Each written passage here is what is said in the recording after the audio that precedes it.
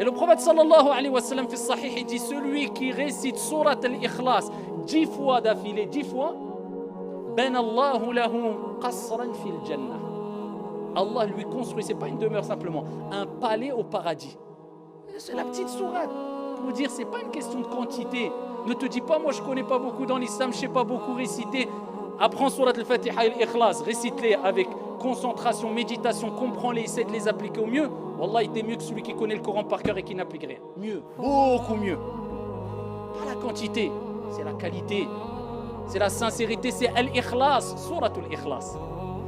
Eh bien, le prophète alayhi salatu wasalam nous rappelle ces quelques mérites afin de nous faire comprendre l'importance et le grand mérite qu'a cette sourate auprès d'Allah subhanahu wa ta'ala, une sourate qu'il est important de réciter souvent. Et c'est pour ça que le prophète il l'a récité dans le witr.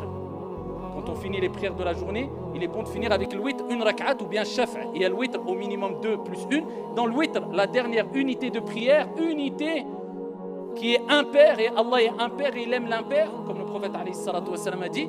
On finit avec une, Allah est unique, et on termine avec la récitation de surat al-Ikhlas. Qul huwa Allahu ahad.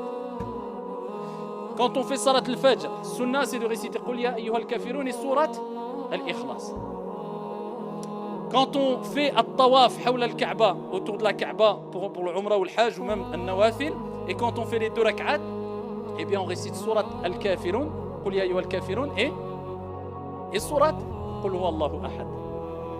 Donc vous voyez que surat al-Ikhlas revient souvent et même elle était utilisée est considérée comme faisant partie des protectrices. C'est-à-dire les protectrices, il y a surat al-Falaq et surat al-Nas et il y a surat al-Ikhlas. Le prophète tous les soirs, il réunissait ses mains, il soufflait 3 fois dans ses mains, il récitait surat al-Ikhlas, surat al-Falaq, surat al-Nas et il essuyait tout son corps selon ses capacités en commençant par la tête. Il se faisait ruqya. Avec quoi? Avec surat